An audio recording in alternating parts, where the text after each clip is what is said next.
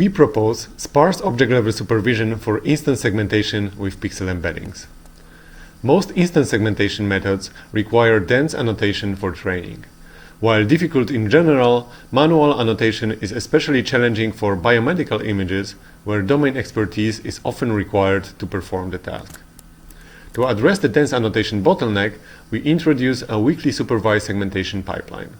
We consider the case of positive-unlabeled supervision, where mask annotations are provided for a subset of instances in the image, and all the other pixels are unlabeled. Our approach is based on non-spatial embeddings, where a fully convolutional neural network is trained to map each pixel in the image into a high-dimensional vector space. For final instance segmentation, the embedding vectors given by the network are grouped together in the clustering step. In our work, we compared 2 standard and 2 custom clustering algorithms. For training the embedding model, we extend the contrastive loss formulation proposed by Brabandere et al. This loss consists of 2 terms. The first term is the pull force, which pulls the pixels from the given object towards the mean embedding in the embedding space. The pull force is hinged, so that embeddings which are closer than a certain distance are no longer pulled to the mean embedding. In order to counterbalance the pull force and prevent collapsing to a trivial constant solution, we have a second term called the push force. This term pushes apart the mean embeddings of different objects. In standard instance segmentation methods, the assignment of pixels to instances happens in a non-differentiable step. We introduce a differentiable instance selection step, which allows to incorporate an instance-level loss function into the network training. The instance selection works as follows. Given the output from the network, we sample an anchor point for a given groundtruth instance. Then we compute a distance map in the embedding space from the anchor point to all image pixels. And finally, we apply a Gaussian kernel to transform the distance map into a soft instance mask. Now we can minimize any instance level loss between the predicted soft masks and the corresponding groundtruth masks.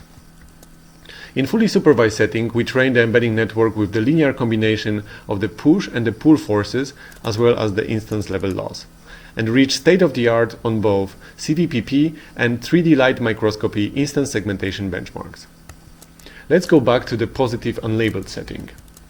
If we train the embedding network naively using only labeled instances, we won't be able to learn a consistent vector representation of the background, since there is no direct supervision applied on the unlabeled part of the image.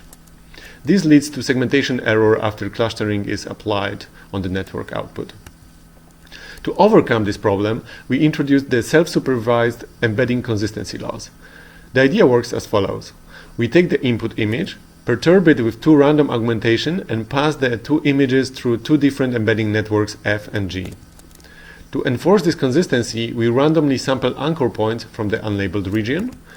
We find the corresponding anchor embeddings in the outputs from the 2 networks F and G, and for each anchor in their respective embedding spaces, we compute the soft mask using our instance extraction procedure.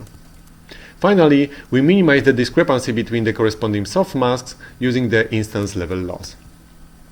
When training in a positive-unlabeled setting with only a few groundtruth objects, the network trained with the embedding consistency loss learns a homogeneous embedding of the background. As a result, there are no false positives instances after the clustering step. Our method, nicknamed SPOCO, demonstrates strong performance on challenging instance segmentation benchmarks at a very reduced annotation cost. In particular, it outperforms the prior embedding-based method on cityscapes and 3D light microscopy benchmarks, while being trained with only 40% and 10% of groundtruth annotations respectively.